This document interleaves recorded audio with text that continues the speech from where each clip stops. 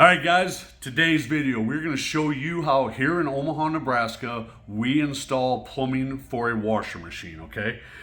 What we're talking about is basically installing what we call a washer box, all right? Now, these come in different styles. This brand is made by Odie, which is a pretty popular one, but even Odie makes a few variances of this type of box. We like to use these ones that have two separate hot and colds, all right? But they do make one that has a single handle valve. We'll show you a picture of that here on the video. But we like to use these two separate hot and cold hose bibs. The reason I like to do that is, one, if you ever have a problem where one of them leaks, one of them doesn't work, we all know that always happens on the weekend, right? It happens over Christmas break. You don't want to call a plumber. We're way too expensive.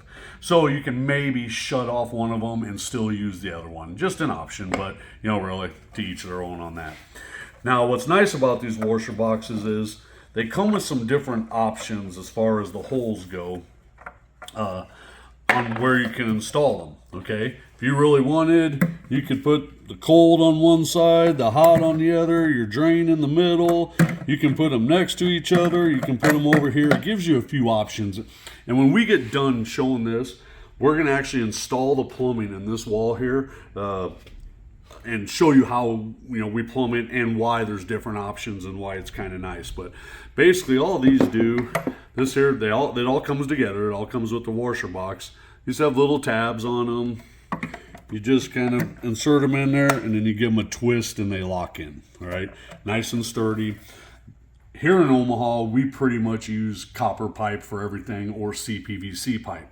So you can actually buy these boxes where they're designed for CPVC. If you use PEX somewhere, they're designed for different ones. Here again, we use copper pipe. We'll actually sweat a piece of copper up inside there. That has threads on it, so it gives an option if you need to, use a threaded fitting. But again, copper will solder right up inside there. So anyway, that's the type of box that we're going to use, just to kind of show you. This here we're going to install in one of these stud spaces here. We're going to actually show you the drain, the size of pipe we use. Again, remember everybody, we're showing you stuff from Omaha, Nebraska. This is our plumbing code. This is how we pretty much have to do it. Where you live might be different. So always double check with your local code to make sure you're doing everything right. Washer machines to me are one of the most important plumbing fixtures to do correctly. You want your drains piped properly, your vent done properly, because it's the only fixture in your house that really uses force. It uses a pump to push the water out. Your kitchen sink, your toilet, your bathtub, all that just drains by gravity. A washer machine, it's forcing water out. You want your drains and vent to be done correctly. So, all right, here we go. We're going to show you when we're done what it looks like by a licensed professional. Out. All right, guys, so now as you can see, we've got our washer machine all plumbed in for you. Obviously, this is just a display we're doing here in our shop for you, but basically it shows you the basic installation. So how we do this is, on average, we install the washer box 48 inches to the top of it. Just kind of a standard number we use.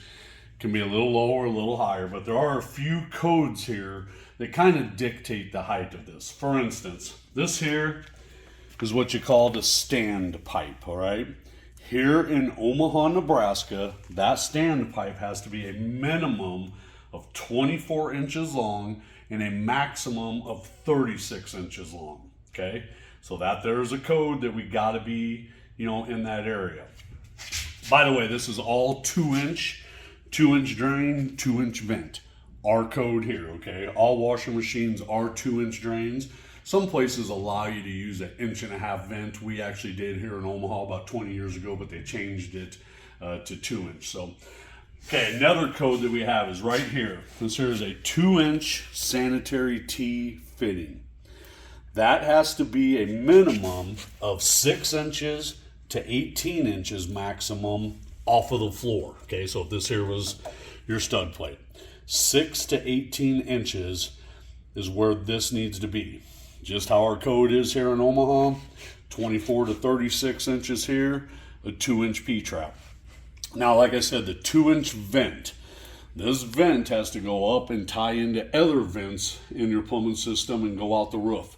Some places around the country allow you to use what's called a Studer vent, a mechanical vent. We cannot use those here. So again, like I always tell people, check with your local code where you live to see how things get done. Another thing is, so on the drain for the washer machine, how it works is our washer machine drains have to be 2-inch independent to a 3-inch or larger drain. Meaning I cannot tie another sink, a toilet, a bathtub, anything into this drain pipe. This has to run all by itself to a 3-inch or larger drain. Another code that we have is that 2-inch drain has to be 5 foot away from an opening, a toilet opening. The reason for that is, and this is true, this happens, if you put that too close to the toilet, when this drains, you'll actually get suds that back up in your toilet.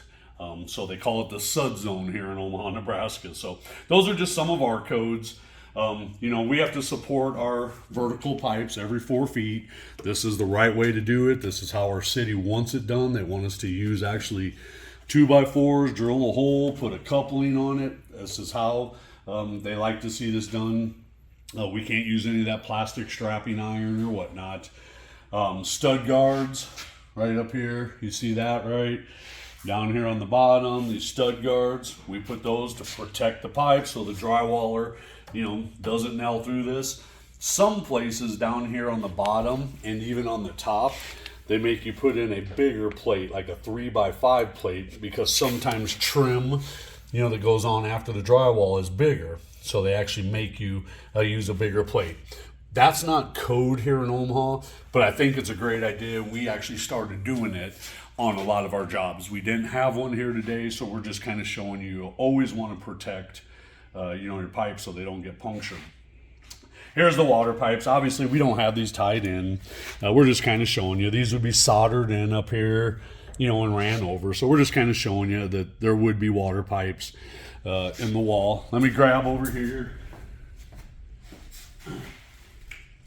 So when this is all said and done, the drywaller comes here, puts drywall up around here. They would actually drywall. You have this cover, and it just snaps in. I'm not going to push it in, but it just snaps in after the drywall to kind of make it pretty and cover up, the inside of the box or whatever. But that's what that would actually look like right there. Got this nice little plug that comes with these. So like in our case, we have to pressure test all of our new waste and vent. So they come with this nice little plug here. You can snap in there and twist, and it'll seal, so that way you can fill this up with water. Obviously you want to take that out. That's where your washing machine drain hose will go into later on. So anyway, there you have it. That's how we have to plumb our residential washing machines here in Omaha, Nebraska. Feel free to comment if you have any questions. Like I always tell people, double check with your code that you live in. It might be different than this, but this here's a good way of doing it. We feel it's one of the better ways to plumb a washing machine. All right, everybody, thanks for watching. Have a great day.